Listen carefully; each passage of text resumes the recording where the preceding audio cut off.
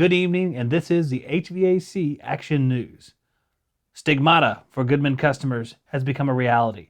First, Jesus seen in a piece of toast, Mother Mary seen swirling in the water, and now Goodman furnaces seem to be weeping refrigerant. That's right, after all these years of evaporator coils leaking refrigerant for Goodman, their furnaces are actually leaking refrigerant as well.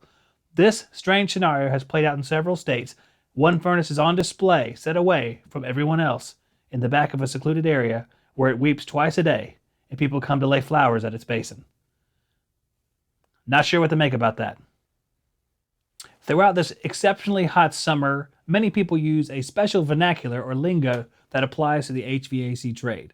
But a lot of times there is a disconnect in what the lingo actually means. So here tonight we're going to set it straight as far as the high temperature lingo. First of all, if it's between 90 and 100 degrees, you feel like a worm on a hot rock.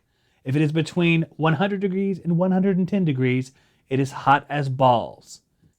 If it is between 110 and 120 degrees, you are sweating like a whore in church. And above 120 degrees, it doesn't matter because you're dead. Now let us all pause while several of the guys in the chat write down something to the effect of 120 ain't nothing, or the attic I was in was 140. I'm sure it's going to happen. I'm sure it's inevitable. In technology news, we have a special update coming from MeasureQuick. As you guys know, MeasureQuick gives you all the parameters to a system, even the ones you never need. So MeasureQuick is expanding on this already vast array of readouts to give you even more information. So what are the new improvements to MeasureQuick? Well, first and foremost, it now analyzes your urine. Your boss can use MeasureQuick to make sure that you are doing the right thing in and out of work. Also, it now records seismic activity in your area and can forewarn you if there are earthquakes or tremors happening in the near future. Also, it is a portable rain gauge. Not sure how that works, but it can tell you exactly how much it has rained that day. All very vital things because the subcooling of a unit does change when the coil is wet.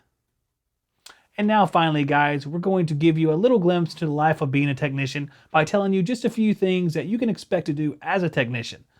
Through all of your years' experience, they will manifest new attributes that you can use outside of work as well. In fact, it will be so hard to subdue these attributes, you'll find yourself doing many of the following things.